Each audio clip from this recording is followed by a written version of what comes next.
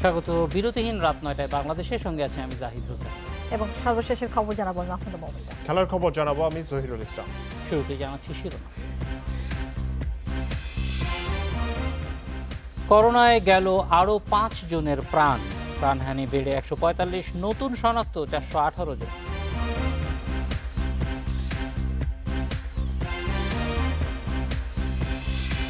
Corona শনাক্তে মান পরীক্ষা ছাড়া গণস্বাস্থ্যের কিট ব্যবহার নয়, ৩ ল্যাবে হবে টেস্ট।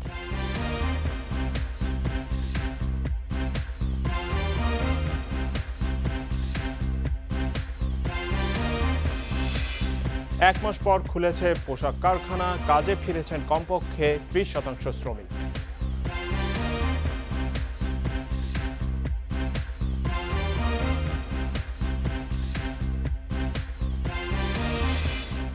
গত ২৪ ঘন্টায় করোনা আক্রান্ত হয়ে মারা গেছেন ৫ জন, এতে মৃতের সংখ্যা দাঁড়ালো ১৪৫ জনে। নতুন করে আক্রান্ত হয়েছে ৪১৮ জন, এ নিয়ে মোট আক্রান্ত দাঁড়ালো ৫,৪১৬ জনে।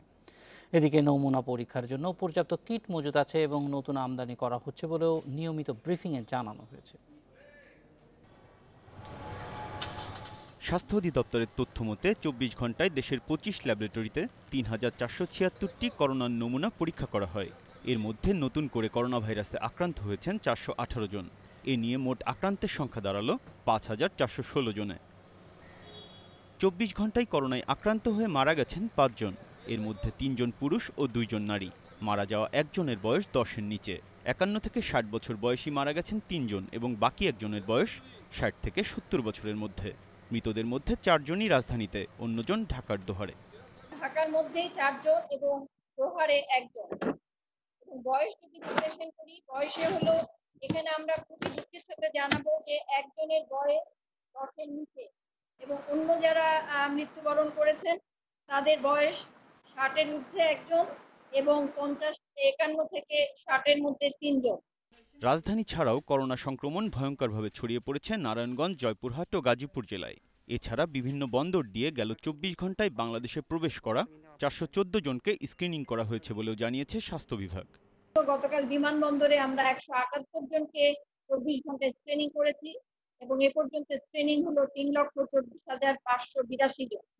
আমাদের স্থলবন্দর দিয়েও প্রবাসীরা দেশে ফিরেছেন, তার সংখ্যা হলো ১০৮ ২৪ ঘন্টায় এবং এ পর্যন্ত ৩,২৮,২৬৭ জন। স্বাস্থ্য অধিদপ্তর জানিয়েছে করোনা পরীক্ষায় মজুদ রয়েছে পর্যাপ্ত কিট। এছাড়া প্রতিনিয়তই কিট আমদানি করা হচ্ছে। ২৪ ঘন্টায় আইসোলেশনে নেওয়া হয়েছে ৭৫ জনকে। এছাড়া গেল ২৪ ঘন্টায় ৯ জন সুস্থ হয়ে বাসায় ফিরেছেন। মোট সুস্থ হয়েছেন ১২২ জন। পরীক্ষার কিট নিয়ে কোনো সমস্যা নাই, আমাদের যথেষ্ট পরিমাণে পরীক্ষার কিট আমাদের জমা আছে এবং এটা কন্টিনিউয়াস প্রসেসে ধারাবাহিকভাবে আমরা এটা আমদানি করে যাচ্ছি। এবং আমাদের যেটা আরেকটা বিষয় অনেকেই যায়, আমাদের যে নমুনা সংগ্রহ করার জন্য একটা কিট লাগে যেটাকে আমরা সোয়াব স্টিক বলি, এই সোয়াব স্টিকেরও আমাদের কোনো ঘাটতি নাই। স্বাস্থ্যবিধি মেনে না চললে পরিণতি ভয়াবহ হবে জানিয়ে কাশি, শিষ্টাচার, সামাজিক ও শারীরিক দূরত্ব মেনে চলার পাশাপাশি বিশেষ প্রয়োজন ছাড়া বের না হওয়ার পরামর্শ দেওয়া হয় সংবাদ বুলেটিনে। Biprajit Chanda, independent news, Dhaka. যশোর বিজ্ঞান ও প্রযুক্তি বিশ্ববিদ্যালয়ে করোনা ভাইরাস পরীক্ষার নমুনা সংগ্রহ সঠিক পদ্ধতিতে হচ্ছে না বলে দাবি করেছেন বিশেষজ্ঞরা। এমনকি নমুনা সংগ্রহের উপকরণের মান নিয়েও আছে অভিযোগ। বিশেষজ্ঞরা বলছেন দ্রুত সমস্যার সমাধান না হলে ভেস্তে যাবে পুরো প্রক্রিয়া। গত ১৭ এপ্রিল থেকে যশোর বিজ্ঞান ও প্রযুক্তি বিশ্ববিদ্যালয়ে শুরু হয় করোনা ভাইরাস নমুনা পরীক্ষার কার্যক্রম। যশোর ছাড়াও ঝিনাইদহ, নড়াইল, মাগুরা, কুষ্টিয়া, মেহেরপুর ও চুয়াডাঙ্গা থেকে আসে নমুনা। বিশেষজ্ঞরা বলছেন নমুনা সংগ্রহে মানা হচ্ছে না সঠিক পদ্ধতি। অনভিজ্ঞতার ছাপ অনেকটাই স্পষ্ট। নমুনা সংগ্রহে সঠিক পদ্ধতি অনুসরণ করা না গেলে ফলও ভুল হবে বলে মনে করেন তারা।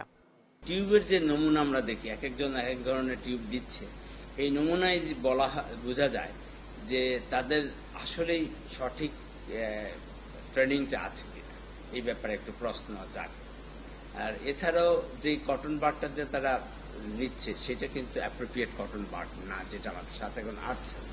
কারণ ওয়ার্ল্ড হেলথ যেই কিটটা ব্যবহার করে এটা কিন্তু সেই জিনিস না, সেই জন্য একটু সন্দেহ তো থেকেই যায়। নমুনা সংগ্রহের জন্য ব্যবহৃত উপকরণ নিয়েও সন্তুষ্ট নন এই বিশেষজ্ঞ। তার মতে বিষয়গুলো নিয়ে এখনই না ভাবলে ভেস্তে যাবে পুরো প্রক্রিয়া।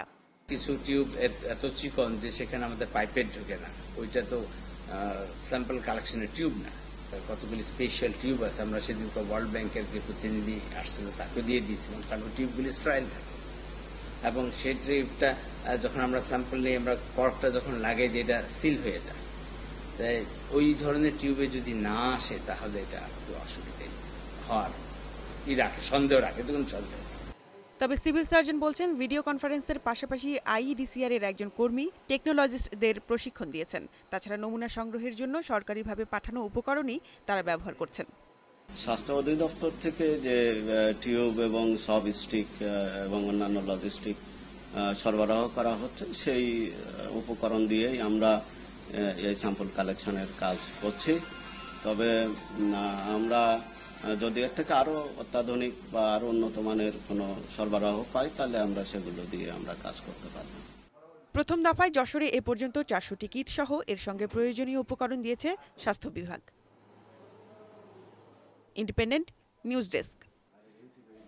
মৌমিতা, যশোর বিশ্ববিদ্যালয়ের যে পিসিআর মেশিনটি সেটি কাজ করা হচ্ছে, সে কিন্তু এখানে যেই উপকরণ ব্যবহার করা হয়েছে সেটি নিয়ে উপাচার্য নিজেই প্রশ্ন তুলেছেন, ফলে এটি আসলে খুব দ্রুত এই বিষয়টি সমাধান হওয়া দরকার এবং অন্য জায়গায়ও একই ধরনের, কারণ ওষুধ প্রশাসন থেকে এটা পাঠানো হচ্ছে, তাদের নিজস্ব কর্মকর্তারা হয়তো এটা প্রশ্ন নাও তুলতে পারেন।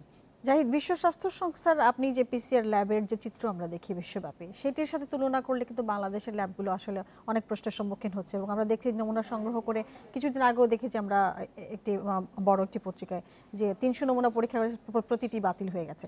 তো এই প্রক্রিয়ার মধ্যে যদি শনাক্তকরণ অবস্থায় যদি বারবার এরকম নমুনা আমাদের নমুনার মাধ্যমে পেছাতে হয় তাহলে আসলে আমরা অনেক পিছিয়ে যাব। এই পরিস্থিতি থেকে উত্তরণ আমাদের প্রয়োজন। আমরা এই বিষয়ে আমরা একটু বিস্তারিত জানবো। যশোরে যাচ্ছি, সহকর্মী জিয়াউল হক রয়েছেন আমাদের সাথে। জিয়াউল, আমরা যেটি দেখছিলাম প্রতিবেদনে, এই যে করোনার নমুনা সংগ্রহ এবং সঠিক পদ্ধতিতে পরীক্ষা হচ্ছে না, এই অভিযোগের কারণটি আসলে মূলত কি আমি একটু বিস্তারিত জানতে চাই, এবং যে পিসিআর ল্যাবটি সেখানে রয়েছে, পরীক্ষা নমুনা সংগ্রহ করা হচ্ছে, সেখানে দুর্বলতাগুলো কোথায়? একটি ল্যাব বলতে যা বোঝায় আসলে সেটির কোনটুকু আসলে এখানে নেই? আসলে ল্যাবের ক্ষেত্রে কিন্তু এখানে কোনো দুর্বলতা নাই, কারণ এখানে 3টি মেশিনের আসলে সমন্বয় করা হয়েছে যশোর জিনোম সেন্টারে, যেটি কিন্তু আসলে বাংলাদেশের কোথাও নাই।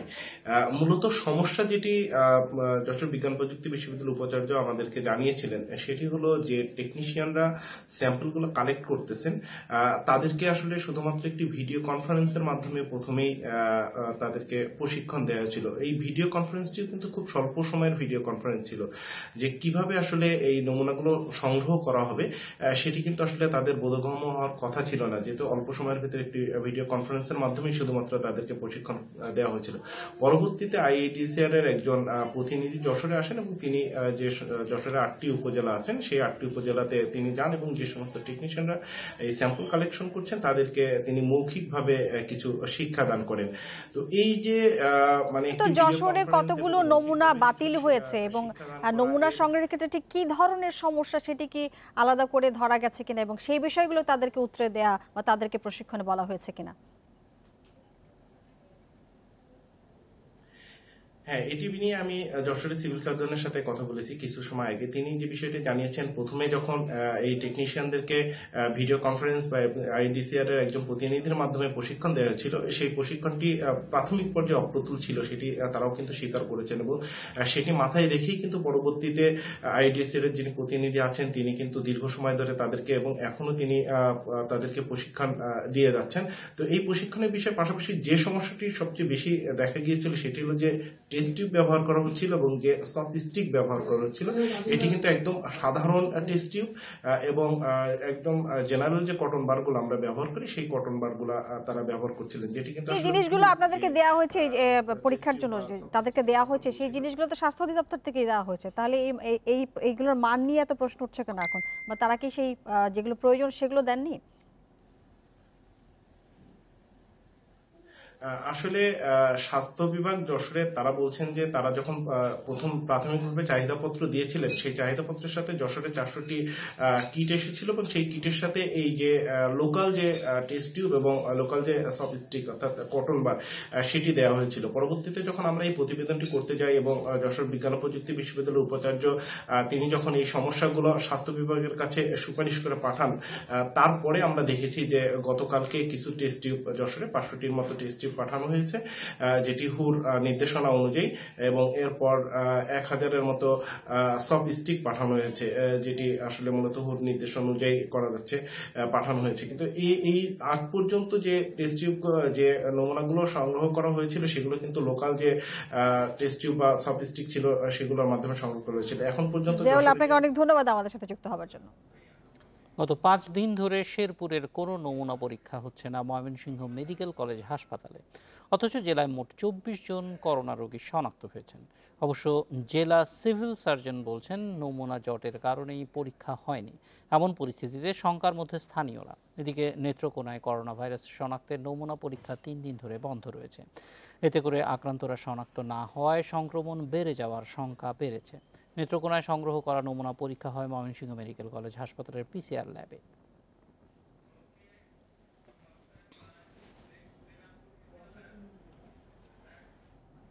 Dinajpur M Abdur Rahim medical college হাসপাতালে করোনা পরীক্ষায় চালু হয়েছে পিসিআর ল্যাব। প্রথম দিনেই 34 জনের নমুনা পরীক্ষা করছেন চিকিৎসক সহ টেকনিশিয়ানরা। এই ল্যাবে দিনাজপুর ছাড়াও ঠাকুরগাঁও, পঞ্চগড় এবং নীলফামারীর রোগীদের নমুনা পরীক্ষা করা হবে। প্রতিদিন পরীক্ষা করা যাবে 188 জনের নমুনা। পরীক্ষার ফলাফল পাওয়া যাবে মাত্র 8 ঘন্টার মধ্যে। নমুনা পরীক্ষায় 6 জন চিকিৎসক সহ 10 জন টেকনোলজিস্ট নিয়োগ করা হয়েছে সেখানে। দুপুরে ল্যাবের উদ্বোধন করেছেন জাতীয় সংসদের হুইপ ইকবালুর রহমান এমপি।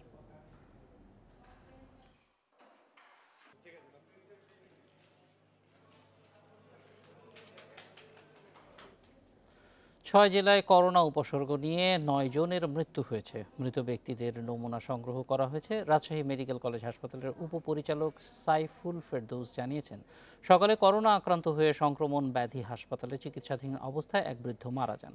জ্বর, ঠান্ডা, কাশি আক্রান্ত হয়ে ফরিদপুর মেডিকেল কলেজ হাসপাতালে 2 নারী মারা গেছেন।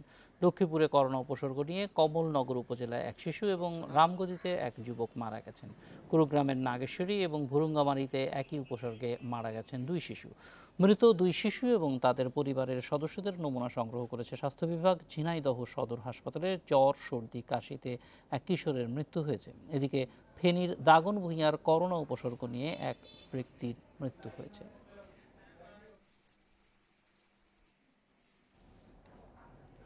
গুণগত মান পরীক্ষা ছাড়া গণস্বাস্থ্য কেন্দ্রের করোনা শনাক্তের কিট ব্যবহার করা হবে না বলে জানিয়েছে ঔষধ প্রশাসন অধিদপ্তর। আর জনস্বার্থে দ্রুত সময়ের মধ্যে মান যাচাই শেষ করে ছাড়পত্র দেওয়ার আহ্বান জানিয়েছে গণস্বাস্থ্য কেন্দ্র। দুপুরে অধিদপ্তর মহাপরিচালকের সঙ্গে সাক্ষাৎ শেষে এই কথা বলেছেন গণস্বাস্থ্যের বিশেষজ্ঞরা। নিজেদের উদ্ভাবিত করোনা পরীক্ষার কিট নিয়ে রোববার দুপুরে ঔষধ প্রশাসন অধিদপ্তরে যায় গণস্বাস্থ্য কেন্দ্রের 5 সদস্যের দল। এই কিট ব্যবহারের অনুমোদন পেতে তারা কথা বলেন অধিদপ্তরের মহাপরিচালকের সঙ্গে। 2.5 ঘন্টার বৈঠক শেষে অধিদপ্তরের মহাপরিচালক জানান, বঙ্গবন্ধু শেখ মুজিবুর রহমান বিশ্ববিদ্যালয়, IEDCR ও IPH এই কিটের মান পরীক্ষা করবে। তাদের রিপোর্ট পর্যালোচনা করেই নেওয়া হবে এটি ব্যবহারের সিদ্ধান্ত। যত তাড়াতাড়ি সম্ভব আমরা চেষ্টা করব। এটি নির্ভর করছে যে ওনারা কত তাড়াতাড়ি প্রোটোকলটা ডেভেলপ করে আমাদের BMRC হয়ে আমাদের কাছে আসবে এবং তারপরে আমাদের স্টাডিটা কন্ডাক্ট করতে যে সময়টুকু লাগবে। নেগেটিভ পপুলেশনের ব্লাড নিয়েছি আমরা, আশাপ্রদ যেটাকে বৈজ্ঞানিকভাবে ভিত্তি সেটা অনুযায়ী আমরা রেজাল্ট পেয়েছি। সেই রেজাল্টের ডাটাশিটটা আমরা আজকে ওষুধ প্রশাসনকে জমা দিয়েছি। বিকেলে সংবাদ সম্মেলনে এসে গণস্বাস্থ্য কেন্দ্র জানায়, কিটটি গুণগত মান যথার্থভাবে পরীক্ষা করা হয়েছে। তবে ওষুধ প্রশাসন চাইলে তাদের সব তথ্য উপাত্ত দেয়া হবে। পাশাপাশি জনস্বার্থে দ্রুত সময়ের মধ্যে এর মান যাচাই শেষ করার তাগিদও তাদের। আমরা সরকারের যত রকম ফি আছে দিতে বাধ্য দেব, যে ফিতে বলবে সরকারিভাবে থাকবে সেটা, কিন্তু ওষুধের চালাকি করে জনগণের স্বার্থ হানিকর কোনো কাজের সাথে আমরা যুক্ত হতে রাজি নাই। গণস্বাস্থ্য কেন্দ্রের দাবি, তাদের কিট ৯৫% ক্ষেত্রেই সফল, যেখানে বিশ্বের অন্য দেশের ব্যবহৃত কিটের সাফল্য ৭০% বেশি নয়। তবে এই কিটের কার্যকারিতা নিয়ে সন্দিহান স্বাস্থ্য বিশেষজ্ঞরা। রিশাদ হুদা, ইন্ডিপেন্ডেন্ট নিউজ, ঢাকা। ৩১ দিন বন্ধ থাকার পর সীমিত আকারে কর্মতৎপরতায় ফিরেছে প্রশাসনের প্রাণকেন্দ্র সচিবালয়। সরকারের নির্দেশে সীমিত আকারে কার্যক্রম শুরু করেছে কয়েকটি মন্ত্রণালয়। দুর্যোগকালে সরকারি সহায়তা নির্বিঘ্ন করতে কিছু মন্ত্রণালয় খোলা রাখা হচ্ছে বলে জানিয়েছে স্থানীয় সরকার মন্ত্রী তাজুল ইসলাম। করোনা ভাইরাসের সংক্রমণ ঠেকাতে ২৫ মার্চ থেকে সারা দেশে সাধারণ ছুটি ঘোষণা করে সরকার। বন্ধ রাখার সিদ্ধান্ত হয় সরকারি বেসরকারি সব কার্যালয়। পরে কয়েক দফা বাড়ানো হয় ছুটির মেয়াদ। সব শেষ বৃহস্পতিবার ৫ মে পর্যন্ত ছুটি বাড়িয়ে প্রজ্ঞাপন জারি করে জনপ্রশাসন মন্ত্রণালয়। ছুটি থাকলেও সরকারের সিদ্ধান্ত অনুযায়ী জরুরি কাজের সঙ্গে সম্পৃক্ত বেশ কিছু মন্ত্রণালয় ও বিভাগ রোববার থেকে সীমিত আকারে খোলা হয়। সচিবালয়ে বিভিন্ন মন্ত্রণালয় ও বিভাগে মন্ত্রীসহ কিছু সংখ্যক কর্মকর্তা কর্মচারীকেও উপস্থিত থাকতে দেখা যায়। প্রথমে আমরা যেটি দিয়েছিলাম ওইটি আমরা করেছি, সংশোধন করে এখন বলেছি যে যাদের জরুরি পরিষেবা জরুরি কাজের সাথে সম্পৃক্ত যারা, তার সীমিত আকারে সেই সমস্ত মন্ত্রণালয় তাদের অফিস একেবারে কেন্দ্রীয় পর্যায়ে থেকে উপজেলা পর্যায়ে খোলা থাকতে পারবে। দুর্যোগকালীন সময়ে সরকারকে সহায়তা দিতে সীমিত আকারে কয়েকটি মন্ত্রণালয় কাজ করছে বলে জানান স্থানীয় সরকার মন্ত্রী। এ সময় তিনি আরও বলেন, ত্রাণ কার্যক্রম নিয়ে অনিয়ম হলেও তা এখন নিয়ন্ত্রণে। কেউ অনিয়ম করলে তাদের আইনের আওতায় আনা হবে বলেও আশ্বাস দেন তিনি। আমরা যদি সোশ্যাল ডিস্টেন্স মেনটেন করি, আমাদের যে সমস্ত গুরুত্বপূর্ণ দায়িত্ব আছে দেশ জাতি মানুষের, যে সমস্ত দুর্যোগকালীন সময়েও অনেকগুলো সাপোর্ট মানুষকে দেওয়া দরকার, সেই সমস্ত সাপোর্টগুলো দিতে গেলে আপনার কাজকর্ম কিছু করতেই হবে। এদিকে সচিবালয়ে নিজ কার্যালয়ে এসেছিলেন তথ্যমন্ত্রী হাসান মাহমুদও। করোনা ভাইরাস সংক্রমণ নিয়ন্ত্রণে স্বাস্থ্যবিধি মেনে চলার তাগিদ দেন তিনি। এই ছুটি চলাকালীন সময়েও তথ্য মন্ত্রণালয়ের বিভিন্ন দপ্তর যেহেতু জরুরি সেবা আমাদের দিতে হয় সেজন্য চালু ছিল। যেমন আমাদের পিআইডি চালু ছিল, আমাদের মাস কমিউনিকেশন চালু ছিল, রেডিও টেলিভিশন চালু ছিল এবং সেই কারণে আমাদের কর্মকর্তাদের সীমিত আকারে অফিস করতে হয়েছে। সরকারের জারি করা প্রজ্ঞাপনে বলা হয়েছে, সাধারণ ছুটির মধ্যে কোনো মন্ত্রণালয় বা বিভাগ জরুরি প্রয়োজনে সীমিত পরিসরে তাদের কার্যক্রম পরিচালনা করতে পারবে। এছাড়াও ওষুধ শিল্প উৎপাদন ও রপ্তানি সহ কলকারখানা কর্তৃপক্ষ শ্রমিকদের নিরাপত্তা ও স্বাস্থ্যসেবা নিশ্চিত করে কার্যক্রম চালু রাখতে পারবে। Ashiq Hossain, independent news, Dhaka. সরকারি ছুটির সঙ্গে সঙ্গতি রেখে ১ মাস বন্ধের পর আংশিকভাবে খুলল পোশাক কারখানা। প্রাথমিকভাবে কাজ শুরু হয়েছে দেশের অন্তত ৪০০ কারখানায়। কর্মস্থলে ফিরেছেন ৩০ থেকে ৫০% শ্রমিক। তবে স্বাস্থ্য সুরক্ষার ব্যবস্থা নিয়ে সন্তুষ্ট নন শ্রমিক নেতারা। মালিকদের দাবি, সুরক্ষা নিশ্চিত করেই শুধু কারখানার আশপাশের কর্মীদের কাজে ফিরতে বলা হয়েছিল। নিষেধ না মেনেই কাজে যোগ দিতে সাভার, গাজীপুর, মানিকগঞ্জ, চট্টগ্রাম সহ দেশের নানা জায়গা থেকে ঢাকায় আসেন পোশাক শ্রমিকরা। তবে বিজিএমইএর নির্দেশনা ছিল কারখানায় আসবেন শুধু আশেপাশে থাকা শ্রমিকেরা। কালকে আমাদের ইনচার্জে বলে দিছে তোমরা সকালে ডিউটি করবা 7টার দিকে, ঠিক আছে, 7টায় অফিসের সামনে থাকবা। তারপরে আমরা কি করবো, রাত্রে অনেক জার্নি করে কষ্ট করে আসলাম। হ্যাঁ, ফোন দিছি বলছে যাইতে, আবার একবার 7টা বাজে রওনা দিছি, আবার কইলো 8টা বাজে। আসতে তো অনেক কষ্ট হয়েছে। অফিসের মালিককে ফোন দিয়ে বলছে যে আপনারা তাড়াতাড়ি আজকে উঠবেন, কালকে আপনারা গার্মেন্টসে জয়েন করবেন। সাধারণ ছুটিতে টানা ১ মাস বন্ধের পর স্বাস্থ্যবিধি মেনে কারখানা চালু উদ্যোগ নিয়েছে মালিকদের দুই সংগঠন বিজিএমইএ ও বিকেএমইএ। রোববার প্রথম দিনে ঢাকাসহ সারা দেশে অন্তত ৪০০ পোশাক কারখানা খুলেছে বলেও জানিয়েছে তারা। তবে স্বাস্থ্য সুরক্ষা নিয়ে সন্তুষ্ট নন শ্রমিক নেতারা। আমরা দেখছি যে শ্রমিকদের শতভাগ স্বাস্থ্য নিরাপত্তা নিশ্চিত না করে আজকের যে কারখানা খোলার সিদ্ধান্ত, এটা শ্রমিকদের জীবনের জন্য একটি ঝুঁকিপূর্ণ এবং এটা আত্মঘাতী সিদ্ধান্ত। তবে মালিকদের দাবি, সামাজিক দূরত্ব, হাত ধোয়ার ব্যবস্থা সহ সব সুরক্ষা নিশ্চিত করা হয়েছে কারখানাগুলোতে। পাশাপাশি বলছেন, বিজিএমইএর নির্দেশ মতো শুধু আশেপাশের শ্রমিকদেরই কাজে যোগ দিতে বলা হয়েছে। ডিসটেন্স যতটা বলছে 3 ফিট, আমরা সেই রকম লাইন সেট করতে বলছি। গেট দুইটাই বেসিন আছে, সাবান আছে, হাত ধুবে, পাও ধুবে, আমরা স্প্রে মেশিন আছে, স্প্রে মেশিন দিয়ে সমস্ত ফ্লোর স্প্রে করে মুছবে। ফ্যাক্টরি ঢুকার মুখে ব্লিচিং পাউডার পানি মিশিয়ে সেখানে পা ধোয়ার ব্যবস্থা, সামাজিক দূরত্ব বজায় রেখে পরিচালনা করা এবং মাস্ক ব্যবহার করা, এই স্বাস্থ্যবিধিগুলি মেনেই ফ্যাক্টরিগুলি তাদের কার্যক্রম পরিচালনা করেছে আজকে। সরকারের নির্দেশনা কারখানা পর্যায়ে ঠিকমতো মানা হচ্ছে কিনা তা তদারকিতে শিল্পাঞ্চল ভিত্তিক আলাদা কমিটি করার পরিকল্পনা করছে কলকারখানা ও প্রতিষ্ঠান পরিদর্শন অধিদপ্তর। উম্মুন্নাহার আজমি, ইন্ডিপেন্ডেন্ট নিউজ, ঢাকা। মৌমিতা, এটা তো অবশ্যই বিরাট বড় স্বাস্থ্য ঝুঁকি সবার জন্যই, কিন্তু একদম স্পেসিফিক স্বাস্থ্য ঝুঁকিতে যে শ্রমিকরা পড়ছেন তাদের নিরাপত্তার জন্য কি ধরনের ব্যবস্থা রাখা হচ্ছে? অর্থাৎ ধরেন কেউ যদি আক্রান্ত হন, মারা যান, তাহলে কম্পেনসেশন কি পাবে, সেগুলিও কিন্তু আগের থেকেই নির্ধারণ করা প্রয়োজন ছিল। জাহিদ, পার্শিয়াল লকডাউন কিন্তু বিশ্বের অনেক দেশেই তুলে ফেলছে এবং এখানে উল্লেখযোগ্য একটা বিষয় যে ফুটবলে কিন্তু মাঠে অনুশীলন ফেরানোর একটা প্রক্রিয়া শুরু হয়ে গেছে। আমরা আর্সেনালের কথা বলতে পারি, আগামী সপ্তাহ থেকে তারা অনুশীলন শুরু করবে। সেক্ষেত্রে তারা ফুটবলারদের কিন্তু ছোট ছোট গ্রুপে ভাগ করে দিচ্ছে যাতে কন্ট্যাক্টটা যত কম করা যায়। সেক্ষেত্রে ব্যবস্থা নিয়ে তারা মাঠে নামছে। কিন্তু সেটি আসলে আমাদের ক্ষেত্রে গার্মেন্টস পেশার শ্রমিক যারা আছেন তাদের ক্ষেত্রে রয়েছে কিনা সেই বিষয়টি আমরা জানবো। আমাদের সাথে চট্টগ্রাম থেকে যুক্ত হচ্ছেন সহকর্মী আহসান রিটন।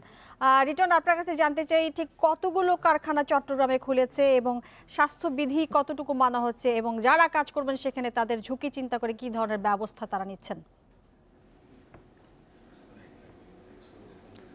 চট্টগ্রামের 3টি ইপিজেডের আজকে 110টি কারখানার খোলা হয়েছে। আমরা যেটি দেখেছি আজকে সকাল থেকে বিভিন্ন চট্টগ্রামের বিভিন্ন এলাকা থেকে আসলে শ্রমিকরা গাদাগাদি করে আসলে ইপিজেডগুলোর দিকে ছুটেছেন এবং আমরা দেখেছি যে সমস্ত শ্রমিক তারা কারখানার দিকে গিয়েছেন তাদের মধ্যে আসলে একেবারে যাচ্ছে তা অবস্থায় একটি মাস্ক এবং হাতেও আসলে খুব কম দামি কিছু গ্লাভস পরে তারা এক ধরনের ছুটেছেন বলা যেতে পারে, যেহেতু আসলে দীর্ঘদিন ধরে কারখানাগুলো বন্ধ আছে সঙ্গত কারণে তাদের মধ্যে এক ধরনের ভীতি কাজ করছে যে আসলে তাদেরকে কখনো যে কোনো মুহূর্তে ছাঁটাই করা হতে পারে, এরকম একটি ভীতি থেকে আসলে তারা আসলে জেনাতনভাবে তারা কারখানাগুলোতে ছুটে গিয়েছেন এবং আমরা বেশিরভাগ কারখানাতেই দেখেছি যে আসলে কারখানার বাইরে নামকা অবস্থা একটি বেসিন এবং হয়তো সাবান, হাত ধোয়ার সাবান রাখা হয়েছে এবং সেই বেসিনগুলোতে খুব বেশি সংখ্যক শ্রমিককে আমরা আসলে হাত ধুতেও দেখিনি, যেহেতু তাদের প্রতি সেকেন্ডেই তাদেরকে আসলে এক ধরনের তারার মধ্যে থাকতে, অর্থাৎ কারখানাগুলোতে যদি ঢুকতে দেরি হয় সেক্ষেত্রে আসলে তাদের কাছ থেকে বেতন কেটে নেওয়া সহ নানা রকম ভোগান্তিতে পড়তে হয়। সঙ্গত কারণ আসলে এসবের খুব বেশি তোয়াক্কা না করে তারা আসলে বিভিন্ন কারখানাগুলোতে দূরত্ব রেখে কাজ করার বিষয়টি, যা তারা যেভাবে কাজ করছেন তাদের কতটুকু দূরত্ব রেখে কাজ করছেন, এই দূরত্বটা আসলে তারা মানছেন কিনা? আসলে আপনি জানেন যে একজন বর্তমানে করোনার যে অবস্থা তাতে করে আসলে একজন মানুষ থেকে অন্য মানুষের দূরত্ব হওয়া উচিত 3 ফিট দূরত্বে থাকার কথা, সেহেতু সেই দূরত্বটি আসলে কয়টি কারখানায় মানা হয়েছে সেটি একটি জানার বিষয়। কারণ হচ্ছে আপনি জানেন যে প্রতিটি কারখানায় একেবারে খুব গাদাগাদি করে আসলে মেশিনগুলো রাখা এবং সেই সমস্ত মেশিনে বসে আসলে তারা কাজ করে এবং হঠাৎ করে এই কারখানাগুলো খুলে দেওয়ার পর এরকম একটি ব্যবস্থাপনা করা হবে এটি আসলে খুব অবান্তর বলে আমাদের কাছে মনে হয় এবং আমরা নানাভাবে শ্রমিকদের কাছ থেকে জেনেছি যে আসলে যে দূরত্বটি বজায় রাখার কথা ছিল সেটি আসলে খুব বেশিরভাগ প্রতিষ্ঠানে মানা হয়নি, একেবারে জেনেতানোভাবেই একেবারে গাদাগাদি করে তারা আসলে কাজ করেছেন এবং এটি নিয়ে যদিও শ্রমিক যে সমস্ত প্রতিষ্ঠানে যারা মালিক রয়েছে তাদের পক্ষ থেকে যদিও বলা হচ্ছে যে শতভাগ নিরাপত্তা ব্যবস্থা করেই তারা শ্রমিকদেরকে কারখানাগুলোতে প্রবেশ করিয়েছেন এবং কাজ করার। আপনাকে ধন্যবাদ আমাদের সাথে যুক্ত হওয়ার জন্য। ঝুঁকির কথা চিন্তা করে যেহেতু তাদের কাজে ফিরেছেন সেটি মাথায় রেখে মালিকরা ব্যবস্থা করুন সেই প্রত্যাশা আমাদেরও। করোনার কারণে 1 মাস বন্ধ থাকার পর খুলনার 8টি সরকারি পাটকল আজ থেকে সীমিত আকারে চালু হয়েছে। ভোর 6টা থেকে শুরু হয় উৎপাদন, চলে দুপুর 2টা পর্যন্ত। বিজেএমসি খুলনা আঞ্চলিক সমন্বয়কারী মোহাম্মদ বনিজ উদ্দিন মিয়া জানান, খাদ্য বিভাগ ও বিএডিসির জরুরি বস্তা সরবরাহের জন্য কার্পেটিং জুট মিল ছাড়া অন্য সবকটি মিল আংশিকভাবে চালু রাখার সিদ্ধান্ত নেওয়া হয়েছে। তবে মিলগুলোতে সতর্কতার ভাবে দূরত্ব বজায় রেখে কাজ করছেন শ্রমিকরা। করোনা ভাইরাসের সংক্রমণ রোধে গত 26 মার্চ সাধারণ ছুটির আওতায় পাটকল বন্ধ রাখা হয়। করোনার প্রাদুর্ভাবের সময় চাল, ডাল, তেল সহ নিত্য প্রয়োজনীয় পণ্যের উৎপাদন, পরিবহন এবং সরবরাহ নিশ্চিতে ব্যাংকগুলোকে সহযোগিতা নির্দেশ দিয়েছে বাংলাদেশ ব্যাংক। ব্যাংকগুলোকে ডকুমেন্ট দ্রুত ছাড়ের বিষয়ে রোববার প্রজ্ঞাপন জারি করা হয়। গত 22 এপ্রিল বাণিজ্য মন্ত্রণালয় থেকে নিত্য প্রয়োজনীয় পণ্যের সরবরাহ অব্যাহত রাখতে চিঠি দেওয়া হয়। এ প্রেক্ষিতে ব্যাংকগুলোকে এই নির্দেশনা দিল কেন্দ্রীয় ব্যাংক। প্রজ্ঞাপনে বলা হয়েছে, করোনার প্রাদুর্ভাবের সময় নিত্য প্রয়োজনীয় পণ্য, পানি, খাদ্য সামগ্রী, মাস্ক, হ্যান্ড স্যানিটাইজার, সব ধরনের চিকিৎসা এবং ইলেকট্রনিক সামগ্রীর উৎপাদন, আমদানি, পণ্য সরবরাহের কার্যক্রম অব্যাহত রাখতে হবে। এজন্য আমদানি পণ্য দ্রুত খালাসের জন্য অনুমোদিত ডিলার ব্যাংকগুলোকে ডকুমেন্ট ছাড়ার বিষয়ে প্রয়োজনীয় ব্যবস্থা নেওয়ার নির্দেশ দিয়েছে বাংলাদেশ ব্যাংক। রাজধানীর বাদামতলীতে খেজুরের আড়তে অভিযান চালিয়ে মেয়াদ উত্তীর্ণ খেজুর বিক্রির দায়ে 2 প্রতিষ্ঠানকে 10 লাখ টাকা জরিমানা ও একটি দোকান সিলগালা ও 2 টন মেয়াদ উত্তীর্ণ খেজুর জব্দ করেছে র্যাবের ভ্রাম্যমাণ আদালত। রমজান জুড়ে এমন অভিযান চালানোর কথা জানিয়েছে র্যাব। রাজধানীর বাদামতলীর মতলা এন্টারপ্রাইজ পাইকারি এই দোকানটিতে বিক্রি হচ্ছিল মেয়াদোত্তীর্ণ খেজুর। র্যাবের ভ্রাম্যমাণ আদালতের উপস্থিতি টের পেয়ে পালিয়ে যায় মালিক ও কর্মচারীরা। পরে সিলগালা করে দেয়া হয় দোকানটি। র্যাবের এই ভ্রাম্যমাণ আদালত অভিযান চালায় মতলা এন্টারপ্রাইজের পাশেই মনির এন্টারপ্রাইজেও। সেখানে পচা খেজুর পাওয়া যায় আর গুদামে পাওয়া যায় মেয়াদোত্তীর্ণ খেজুর, যা নতুন মোড়কে বাজারে বিক্রি করা হচ্ছে। পচা মাল তো রাখিনি, মাল তো ভালো, সব উন্নত মানের মাল, এবছর সব নতুন মাল। 4-5টা প্যাকেট আধা কেজি আলো 2 কিলো মাল, মনে করেন 2 কিলো মালে কি হইতে পারে? 2 কিলো মাল কার কাছে বিক্রি করবো? থুই দিছে, ওড়ে দিয়েছে গোডাউনের কোনা। অনিয়মের দায়ে বাদামতলীর মনির এন্টারপ্রাইজকে আর্থিক জরিমানা করা হয়। 10 মাস 11 মাস খেজুর এক্সপায়ার হয়ে গেছে, সেগুলো রিপ্যাকিং করতেছে, একদম খারাপ কোয়ালিটির প্রোডাক্ট পেয়েছি। তো এইটা এবার কোনোভাবে কাঙ্ক্ষিত ছিল না, তারপরে আমরা এবার পেয়েছি আর কি। এটা খুব দুঃখজনক, কারণ হচ্ছে এই সমস্ত প্রতিষ্ঠানকে গত বছরও জরিমানা করা হয়েছে। তারা অঙ্গীকার করেছেন যে ভবিষ্যতে এই ধরনের প্রোডাক্ট বিক্রি করবেন না, এই কাজ করবেন না, তারপরেও কিন্তু কিছু কিছু তারা করছেন। পুরো রমজান জুড়েই এমন অভিযান চালানোর কথা জানিয়েছে র্যাব। অনিয়ম করলে নেওয়া হবে কঠোর ব্যবস্থা। আজকে যে আদেশ দেওয়া হবে, এর পরবর্তী সময় এই ধরনের ঘটনা যখন ঘটবে, এই বিষয়টি আমরা সিরিয়াসলি করবো। কারণ আমরা কোনোভাবে চাই না এই রমজানে কোনো ভোক্তার কাছে যেন মেয়াদ উত্তীর্ণ কোনো পণ্য বা খারাপ কোনো পণ্য তারা তুলে দেয়, এই মেয়াদ উত্তীর্ণ পণ্য বিক্রি করে তারা কোনো ধরনের ব্যবসা করুক। গত বছরও পচা এবং মেয়াদোত্তীর্ণ খেজুর বিক্রির দায়ে বাদামতলীতে বেশ কয়েকজন ব্যবসায়ীকে জরিমানা করা হয়েছিল। এরপরও শোধরায়নি অসাধু ব্যবসায়ীরা। জান্নাতুল ফেরদাউস তানভি, ইন্ডিপেন্ডেন্ট নিউজ, ঢাকা। মহামারী করোনার প্রকোপ শেষ হলেই বঙ্গবন্ধু গেমসের নতুন তারিখ ঠিক করা হবে। প্রধানমন্ত্রীর নির্দেশে যেভাবে গেমস স্থগিত হয়েছে, তেমনি তার নির্দেশনা মেনেই হবে নতুন দিনক্ষণ, জানিয়েছে বাংলাদেশ অলিম্পিক অ্যাসোসিয়েশন। অর্থ সংকট কাটাতে করণীয় ঠিক করা হবে বিওএর আগামী সভায়। মুজিববর্ষ উপলক্ষে এবার জাঁকজমকপূর্ণভাবেই আয়োজনের কথা ছিল বঙ্গবন্ধু বাংলাদেশ গেমস 2020। লোগো উন্মোচনের পর অপেক্ষায় ছিল চূড়ান্ত আয়োজনের, কিন্তু করোনার থাবায় এলোমেলো হয়েছে সব পরিকল্পনা। জরুরি বৈঠক ডেকে গেমস স্থগিতের ঘোষণা দিতে বাধ্য হন অলিম্পিক অ্যাসোসিয়েশনের মহাসচিব সৈয়দ শাহেদ রেজা। এরপর টোকিও অলিম্পিকও পিছিয়ে যাওয়ায় পুরোদমে অচল হয়ে পড়ে বিওএ। মার্চের 8 তারিখ প্রথম করোনা রোগী শনাক্তের পর 12ই মার্চ স্থগিত হয় 7 বছর পর হতে যাওয়া বাংলাদেশ গেমসের নবম আসর। কিন্তু এরপর থেকে বিওএ স্থবির হয়ে পড়ায় গেমস কবে হবে সে নিয়ে তৈরি হয়েছে ধোঁয়াশা। এখনো কোনো পরিকল্পনা নেওয়া হয় নাই। আজকাল জিনিসটা তো একেবারে মধ্যে অবস্থায় হলো বন্ধ হয়ে গেল। এটা নিয়ে আমরা এক জায়গায় না বসা পর্যন্ত আমাদের পরিকল্পনা উন্নয়নও করতে পারছি না এবং কিছু জানাতেও পারছি না। পরবর্তীতে স্বাভাবিক অবস্থা ফিরে আসলে, অফিস খুললে আমরা প্রাথমিকভাবে বসে একটা ডিসিশন দিয়ে পিএম এর সাথে কথা বলে এটা ফাইনাল করব। গেমস স্থগিতে তৈরি হয়েছে অর্থনৈতিক সমস্যাও। মোট বাজেটের 50 থেকে 60% টাকা ইতিমধ্যেই অনুশীলনের কাজে ব্যয় হয়ে গেছে। এখন নতুন তারিখ ঠিক হলেও প্রস্তুতিও নিতে হবে নতুনভাবে। তখন তৈরি হবে অর্থ সংকট। পরবর্তী সভায় করণীয় বের করতে চায় বিওএ। বাংলাদেশ গেমসের সম্পূর্ণ প্রস্তুতি আমাদের নেওয়া ছিল। ওপেনিং এবং ক্লোজিং অনুষ্ঠানের জন্য তারা বিশাল একটা অর্থ অলরেডি অলিম্পিক থেকে খরচ হয়ে গেছে। অলিম্পিক অ্যাসোসিয়েশন আর্থিক ক্ষতি হচ্ছেই, প্লাস আমাদের টোটাল ক্রীড়াঙ্গনেও আমরা বিশাল একটা ক্ষতির মধ্যে পড়ে গেলাম এই করোনা নিয়ে। জাঁকজমকপূর্ণভাবে প্রধানমন্ত্রী শেখ হাসিনার হাতে উদ্বোধনের কথা ছিল এবারের বঙ্গবন্ধু বাংলাদেশ গেমসের। করোনার প্রকোপ শেষে প্রধানমন্ত্রীর নির্দেশনা মেনেই আয়োজনটি সম্পন্ন করা হবে বলেও জানায় VOA. Kamrul Hasnat, independent news, Dhaka.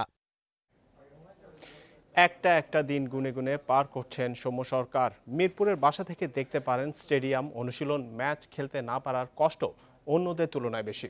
দ্রুত পরিস্থিতির উন্নতি আশা করছেন। ব্যাট নিলামে তুলে অসহায় দুস্থদের পাশে দাঁড়ানোর সুযোগ হাতছাড়া করতে চান না সৌম্য। খারাপ সময় কাটিয়ে 3 ফরম্যাটে নিয়মিত হচ্ছিলেন। বিসিবির চুক্তির A+ ক্যাটাগরিতে জায়গা করে নিয়েছেন। বিয়ের পর জীবনের নতুন মোড়ে ভালো কিছুর সম্ভাবনা উকি দিচ্ছিল। এমন সময় করোনার হানা। যেখানে ব্যস্ত থাকার কথা প্রিমিয়ার লিগ, আয়ারল্যান্ড সিরিজের প্রস্তুতিতে, সেখানে ঘরবন্দি সময় সৌম্য সরকারের। একটা দিন যেন মাসের সমান। অন্যদের চেয়ে টাইগার ওপেনারের কষ্টটা একটু বেশি। বাসা থেকে দেখতে পারেন হোম অফ ক্রিকেট। ঘুম থেকে উঠে মাঠে যেতে মন চায়। ব্যাট বলে লড়াইয়ে মেতে থাকতে ইচ্ছে করে। মাঠে যেতে পারছি না, এটা অনেক কষ্টের। আর আমি জানি না অনেকের কাছে কেমন, হ্যাঁ, কিন্তু আমার কাছে একটু বেশি কষ্টের। কারণ আমার বাসাটাই এমন একটা জায়গায় ঘুম থেকে উঠলেই মাঠ দেখা যায়, ঘুম থেকে উঠলে দিনটা দেখা যায়, কিন্তু যেতে পারি। টেস্টে একমাত্র সেঞ্চুরি নিউজিল্যান্ডের বিপক্ষে। জীবনের সব প্রথম অমূল্য। ভালোবাসা আবেগ মেখে আছে সৌম্যের সেই ব্যাটেও। কঠিন সময়ে মানুষের সহায়তায় ব্যাটটা তুলছেন নিলামে। এর মধ্যে আমার অনেক স্মৃতি জড়িত আছে আর কি আমার ব্যাটটার ভিতরে। আমার অনেক আবেগ আছে। এই জিনিসটা করছে এই কারণে যে আমাকে দেখে যদি আরো একটা মানুষ আসে যে মানুষের কল্যাণে, সেটা অনেক অনেক বড় একটা জিনিস। দুটা মানুষের পাশে দাঁড়াতে বা একজনকে সাহায্য করতে যদি পারি, এটাই অনেক এই সময়। টানা ঘরে থেকে অবসাদ একঘেয়ে লাগাটা স্বাভাবিক। ক্রিকেটাররা ফিটনেসের কাজ আর একে অন্যের সাথে ভিডিও কনফারেন্সে হাসি ঠাট্টা করছেন। অনলাইনে ভিডিও গেমসের চ্যালেঞ্জ দিচ্ছেন। সৌম্যের আশা দ্রুত পরিস্থিতির উন্নতি হবে, প্রাণ ফিরে পাবে দেশের cricket. Mazharul Islam, independent news. এবার জানাবো ফুটবলের খবর। 9 মে বুন্দেসলিগা শুরু করতে সব ধরনের প্রস্তুতি শেষ করার পথে কর্তৃপক্ষ।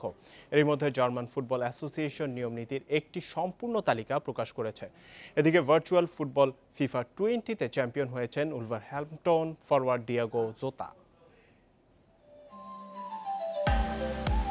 সবার আগে মাঠে পরিকল্পনা যেমন ছিল জার্মানদের, তেমনি সেটা বাস্তবায়নেও তারাই এগিয়ে। পুরোদমে প্রস্তুতি চলছে বুন্দেসলিগার ক্লাবগুলোর। করোনা প্রতিরোধে জার্মান সরকারের সফলতাই এর কারণ। বুন্দেসলিগার সফল যাত্রা ইংলিশ প্রিমিয়ার লিগ বা লা লিগা শুরুর সিদ্ধান্তের ক্ষেত্রেও এক্স ফ্যাক্টর হয়ে দাঁড়িয়েছে। এরই মধ্যে পূর্ণাঙ্গ নীতিমালা প্রকাশ করেছে জার্মান ফুটবল অ্যাসোসিয়েশন। খেলোয়াড়দের স্বাস্থ্যবিধি মেনে চলার বিশদ নির্দেশনা রয়েছে সেখানে। প্রতি সপ্তাহে 2 বার করা হবে করোনা টেস্ট এবং অবশ্যই ম্যাচের আগে হবে টেস্ট। অসুস্থতার কোনো লক্ষণ দেখা গেলে তাৎক্ষণিক স্বাস্থ্য কর্মকর্তাকে অবহিত করতে হবে। ক্লোজ ডোরে ম্যাচগুলোতে পুলিশ, সাংবাদিক, গ্রাউন্ডসম্যান, নিরাপত্তা কর্মী সহ সর্বোচ্চ 300 জন একই সময় স্টেডিয়ামে অবস্থান করতে পারবে। এদিকে করোনার কারণে ডাচ লিগ ইরোদিভিসি বাতিলের সিদ্ধান্তে আয়াক্সের ব্যাক টু ব্যাক শিরোপা জয় মিস হলো। আর মাত্র 9টি ম্যাচই বাকি ছিল। ট্রফি বঞ্চিত হওয়া দুঃখের হলেও ফুটবল অ্যাসোসিয়েশনের সিদ্ধান্তকে সম্মান জানাচ্ছে আয়াক্স। আমরা পুরো মৌসুম জুড়ে শীর্ষে ছিলাম, তাই চ্যাম্পিয়নশিপ না পাওয়াটা দুঃখের। তবে পরিস্থিতি বুঝতে হবে, ফুটবলের চেয়েও গুরুত্বপূর্ণ অনেক বিষয় রয়েছে। এদিকে FIFA 20 ট্রফি জিতেছেন উলভসের ফরওয়ার্ড ডিয়েগো জোতা। ফাইনালে তিনি 1-0 গোলে হারান লিভারপুল ডিফেন্ডার আলেকজান্ডার আর্নল্ডকে। আর পুরো আসর দুর্দান্ত খেলা রাহিম স্টার্লিং আটকে যান সেমিতে। তাকে হারিয়েই ফাইনালে ওঠেন আর্নল্ড। ফেরদৌস ইসলাম, ইন্ডিপেন্ডেন্ট নিউজ। আগাম বন্যার শঙ্কা নিয়ে সুনামগঞ্জের হাওর অঞ্চল সহ বিভিন্ন জেলায় ধান কাটা শুরু হয়েছে। তবে ধান মাড়াই এবং শুকানো নিয়ে দুশ্চিন্তায় রয়েছেন কৃষকরা। আবহাওয়া অধিদপ্তর বলছে আগামী 1 সপ্তাহ হাওর অঞ্চল সহ বিভিন্ন এলাকায় মাঝারি থেকে ভারী বর্ষণ হতে পারে। এদিকে দ্রুত ধান কাটার জন্য শ্রমিকদের উৎসাহ যোগানোর পাশাপাশি প্রয়োজনীয় পদক্ষেপ নেওয়ার আশ্বাস দিয়েছে প্রশাসন। করোনা পরিস্থিতিতে দেশে চালের পর্যাপ্ত যোগান রাখতে সরকার যখন নানা উদ্যোগ নিচ্ছে, তখনই কৃষকের দুশ্চিন্তার কারণ হয়ে দাঁড়িয়েছে বৈরী আবহাওয়া। দ্রুত পাকা ধান ঘরে তুলতে কাজ শুরু করেছেন চাষিরা। তাদের সহায়তায় ধান কাটায় যোগ দিয়েছেন নানা শ্রেণী পেশার মানুষ। সুনামগঞ্জের 11 উপজেলার হাওরে এবার বোরো ধানের আবাদ হয়েছে 2,19,300 হেক্টর জমিতে। উৎপাদনের লক্ষ্যমাত্রা ধরা হয়েছে 12 লাখ টন। তবে কখনো বৃষ্টি, আবার কখনো রোদ, এমন আবহাওয়ায় মাঠের ধান নিয়ে বিপাকে কৃষক। 4-5টা দিন ধরে ধান মেরবালা দেন না, জানি ধানটা কি যে সুস্থ হয়েছে মানে ধান কিছু রয়েছে খাটবার কি কিন্তু বৃষ্টি লাগে খাটা যান না। ইনশাল্লাহ যদি বৃষ্টি না দেয় আমরা আনুমানিক এক সপ্তাহের ভিতরে আমরা ইনশাল্লাহ উঠাই দিতে পারবো। যদি সপ্তাহখানেক আমাদের এলাকাতে রোদ হয় তাহলে আমাদের এলাকাতে কোনো আর বন্যা পানিতে তলিয়ে যাবে না, কোনো কৃষক সবাই ধান তুলতে পারবে ঘরে। আবহাওয়া অধিদপ্তর বলছে আগামী 7 দিন দেশের বিভিন্ন অঞ্চলে মাঝারি থেকে ভারী বৃষ্টি হতে পারে। এই শেষ সপ্তাহটা প্রত্যেক দিনই বাংলাদেশে কোথাও না কোথাও বৃষ্টি হবে, সেই সাথে থাকবে দমকা বাতাস ও ঝোড়ো হাওয়া। এবং যেহেতু এগুলো অনেক শর্ট স্পেল, মানে বৃষ্টিপাত শুরু হওয়ার পর এইসব বজ্রঝড় সাধারণত 1 থেকে 2 ঘন্টা স্থায়ী থাকে, তারপর মেঘাচ্ছন্ন আকাশ আবার পরিষ্কার হয়ে যায় এবং ওয়েদার ভালো হয়ে যায়। এদিকে আগাম বন্যার পূর্বাভাসের কারণে ধান কাটার কাজ দ্রুত করতে তদারকি করছে স্থানীয় প্রশাসন। মাইকিং করছি মসজিদ থেকে এবং তথ্য অফিসের মাধ্যমে সহ সর্বাত্মক আমরা মাইকিং করার মাধ্যমে জনগণকে সবাইকে সতর্ক করছি যেন তারা তাদের ধানগুলো কেটে নিয়ে যায়। এছাড়া আমাদের যে কৃষি শ্রমিক রয়েছে এর আমরা বাইরের ডিস্ট্রিক্ট থেকে প্রায় 10,000-এর মতো শ্রমিক এসেছে জেলা প্রশাসনের ব্যবস্থাপনায়। পাকা ধান যেন বন্যায় নষ্ট না হয় তার জন্য সব ব্যবস্থা নেওয়ার কথা জানিয়েছে কৃষি বিভাগ। আমাদের মেশিনারি, আমাদের কম্বাইন্ড হারভেস্টার, রিপার, এগুলো সেখানে কাজ করছে। আগামী 30 তারিখের মধ্যে 80% কেটে নিতে সক্ষম হবে। কোনোভাবে একটা শিশু যেন আমার পাকা ধান আমার ইয়েতে না যায়, পানির নিচে না যায়, এ ব্যাপারে আমরা সাংঘাতিকভাবে ইনস্ট্রাকশন দিয়েছি আমাদের মাঠ পর্যায়ের কর্মকর্তাদের। আগাম বন্যার প্রস্তুতি রেখে যথাসময়ে ফসল ঘরে তুলতে না পারলে ব্যাপক ক্ষতির আশঙ্কা করছেন চাষিরা। Nahid Kamal, independent news, Dhaka. চীন থেকে কারখানা সরিয়ে নিতে দেশীয় উদ্যোক্তাদের উদ্বুদ্ধ করছে জাপান সরকার। নিজ দেশে বা দক্ষিণ পূর্ব এশিয়ায় কারখানা স্থানান্তর করতে প্রণোদনা দেওয়ার ঘোষণা দিয়েছে প্রধানমন্ত্রী শিনজো আবে। এতে আশা দেখছে বাংলাদেশ। অর্থনীতিবিদরা বলছেন সঠিক পরিকল্পনা নেওয়া গেলে দেশে জাপানি বিনিয়োগ বাড়তে পারে 4 গুণ। অর্থনীতিতে করোনার ক্ষতি কাটিয়ে উঠতে অন্যান্য দেশের মতো ব্যবসায়ী সহ বিভিন্ন শ্রেণী পেশাকে প্রণোদনা দিচ্ছে জাপান। এপ্রিলের শুরুতে প্রায় $990 বিলিয়ন প্যাকেজ ঘোষণা করেছেন প্রধানমন্ত্রী শিনজো আবে। রয়টার্সের প্রতিবেদন বলছে প্রণোদনার পরিমাণ $1 ট্রিলিয়ন ছাড়িয়ে যাবে।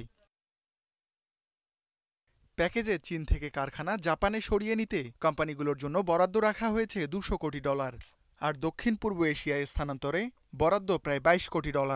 চীন থেকে সামান্য বিনিয়োগ সরলেও সেটা আমাদের মতো দেশের অর্থনীতির জন্য অনেক বড় ইনভেস্টমেন্ট। যারা প্রমোট করে, পলিসি যারা সাপোর্ট দেয়, তারা সবাই মিলে কাজ করলে তখনই শুধু সম্ভব। নাইলে সুযোগ আসবে, অনেকবার আগেও এসেছে, চলে গেছে, এবার আসলেও সেটা চলে যাবে। বর্তমানে বাংলাদেশে ব্যবসা করছে 300 জাপানি কোম্পানি। বিনিয়োগ বাড়াতে নারায়ণগঞ্জে 1000 একর জমিতে তৈরি হচ্ছে জাপানি অর্থনৈতিক অঞ্চল। এছাড়া মিরসরাই ও কয়েকটি অর্থনৈতিক অঞ্চলে বিনিয়োগ করছেন জাপানি উদ্যোক্তারা। আবার মহেশখালী, মাতারবাড়ি বিদ্যুৎ কেন্দ্র সহ অনেক বড় প্রকল্পে বিনিয়োগ করেছে জাপান সরকার। এসব প্রকল্পে নিয়োজিত জাপানি কর্মীরাও। লেট মে অথবা আর্লি জুনে আমাদের ইকোনমিও রিওপেন করার মতো এবং বাহিরের বহির্বিশ্বের সাথে যোগাযোগ হলো, তখন কিন্তু জাপানি বিনিয়োগকারী, কর্মচারী, কনসালটেন্ট যারা চলে গিয়েছিল তারাও আশা করি জুন নাগাদ এই দেশে আবার আসবে। তখন তাদের এক্সিস্টিং যে প্রজেক্টগুলো সেগুলো আপনার আবার পুরোদমে চালু হবে। অর্থনীতিবিদরা বলছেন করোনা পরবর্তী পরিস্থিতিতে বিনিয়োগ আকর্ষণে নতুন পরিকল্পনা নিতে হবে। বাংলাদেশকে আরো অনেক বেশি প্রোঅ্যাক্টিভ হতে হবে এবং অনেক বেশি স্ট্র্যাটেজিক হতে হবে। এটা শুধুমাত্র বসে থাকলেই আমরা যে অটোমেটিক্যালি পেয়ে যাব তা না, কিছু হয়তো আসবে কিন্তু অনেকটাই আসবে না। তো সেই ক্ষেত্রে আমার মনে হয় এখনই সময় যে বাংলাদেশ একটা প্রপার ইনভেস্টমেন্ট প্রমোশন স্ট্র্যাটেজি তৈরি করা। করোনার প্রাদুর্ভাব শুরুর পর 2600-র বেশি প্রতিষ্ঠানে জরিপ চালায় জাপানের গবেষণা সংস্থা টোকিও শোকো। জরিপে অংশ নেয়া ব্যবসায়ীদের 37 ভাগই জানান কাঁচামালের জন্য তারা চীনের বিকল্প ভাবছেন। Ruhul Amin, independent news, Dhaka.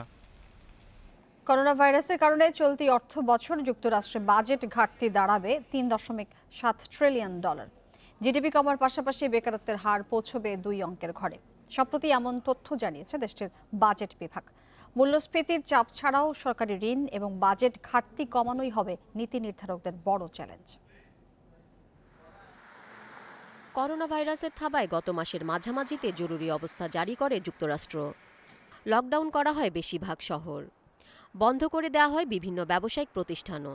Corona ভাইরাসে যুক্তরাষ্ট্রে এ পর্যন্ত আক্রান্ত হয়েছেন 9,60,000-এর বেশি মানুষ, মারা গেছেন 54,000-এর বেশি। যুক্তরাষ্ট্রের বাজেট বিভাগ জানায়, স্বাস্থ্যসেবা ও ক্ষুদ্র ব্যবসায় ভর্তুকির পাশাপাশি করোনা মোকাবেলায় ইতিমধ্যে $3 ট্রিলিয়ন ব্যয় হয়েছে। বর্তমান পরিস্থিতিতে জরুরি কোনো তহবিল গঠন করা না হলে চলতি অর্থবছর শেষে ঘাটতি দাঁড়াবে $3.7 ট্রিলিয়ন। অর্থবছরের দ্বিতীয় প্রান্তিকে দেশীয় মোট উৎপাদন কমবে 40%। বর্তমানে বেকারত্বের হার 4.4% হলেও এটি বেড়ে দাঁড়াবে 16%। 2021 অর্থবছরে অপরিবর্তিত থাকবে 2 অঙ্কের বেকারত্বের এই হার। যুক্তরাষ্ট্রের বাজেট বিভাগ আরও জানায়, সরকারি ব্যয় বাড়ায় চলতি অর্থবছর শেষে ঋণের পরিমাণ দাঁড়াবে জিডিপির 101%, যা আগামী অর্থবছর বেড়ে দাঁড়াবে 108%। তবে চলতি অর্থবছর জিডিপি 5.6% কমলেও আগামী অর্থবছর এটি বাড়বে 2.8%। যুক্তরাষ্ট্রের অর্থনীতিবিদরা বলছেন, করোনা পরিস্থিতির কারণে যুক্তরাষ্ট্রের ঘাটতি দাঁড়াবে $4 ট্রিলিয়ন। মূল্যস্ফীতির চাপ ছাড়া সংকট মোকাবেলার পাশাপাশি ঋণ এবং ঘাটতি কমানো নীতি নির্ধারকদের জন্য এখন বড় challenge. Irene Khatun, independent news desk.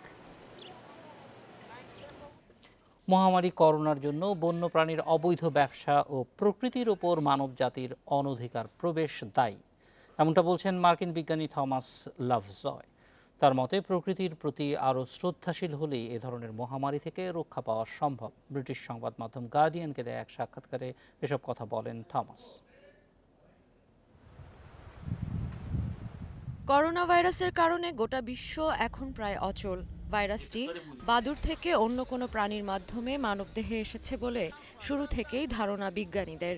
ধারণা করা হয়ে থাকে চীনের উহান শহরের ওয়েট মার্কেট থেকেই ছড়িয়েছে এই মহামারী করোনা ভাইরাস। শেয়াল, ইঁদুর, সাপ, প্যাঙ্গোলিন সহ নানা ধরনের বন্যপ্রাণী বিক্রি হতো ওই বাজারে।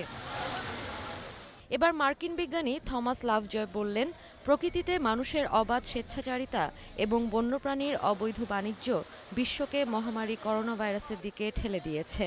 বিশেষ করে এশিয়ার বন্যপ্রাণী বাজার, ওয়েট মার্কেট এবং আফ্রিকার বন্যপ্রাণীর মাংসের বাজার এসব মহামারীর জন্য দায়ী।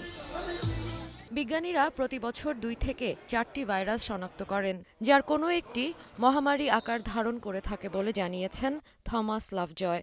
তার মতে, বন্যপ্রাণী থেকে গৃহপালিত প্রাণীদের আলাদা করা গেলেই রোগের সংক্রমণের ঝুঁকি অনেকটাই কমানো সম্ভব হবে।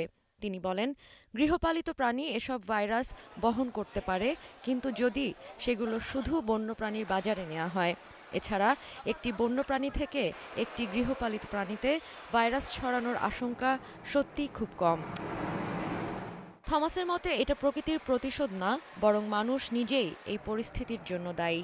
তার মতে, এর সমাধান হলো প্রকৃতির ওপর আরও শ্রদ্ধাশীল হওয়া, যার মধ্যে রয়েছে জলবায়ু পরিবর্তনের সঙ্গে খাপ খাওয়ানো। তার মন্তব্যের ওপর ভিত্তি করে সেন্টার ফর আমেরিকান প্রোগ্রেসের একটি প্রতিবেদনে বলা হয়, এ ধরনের মহামারী ঠেকাতে যুক্তরাষ্ট্রকে বন্যপ্রাণীর অবাধ বাণিজ্য বন্ধে পদক্ষেপ নিতে হবে। 1980 সালে বায়োলজিক্যাল ডাইভার্সিটি টার্ম উদ্ভাবন করে সাড়া ফেলেছিলেন মার্কিন এই বিজ্ঞানী থমাস লাভজয়। জীববৈচিত্র্যের গডফাদারও বলা হয়ে থাকে তাকে। বর্তমানে জাতিসংঘ ফাউন্ডেশনের সিনিয়র ফেলো এবং জর্জ মেসন বিশ্ববিদ্যালয়ের পরিবেশ বিজ্ঞানের প্রফেসর হিসেবে কাজ করছেন তিনি। Sadia Afrin, independent news. এই ছিল রাত 9টা বাংলাদেশে। ইন্ডিপেন্ডেন্ট টেলিভিশনের সব খবরের আরো বিস্তারিত জানতে চোখ রাখুন ফেসবুক, ইউটিউব এবং টুইটারে। সঙ্গে থাকার জন্য ধন্যবাদ।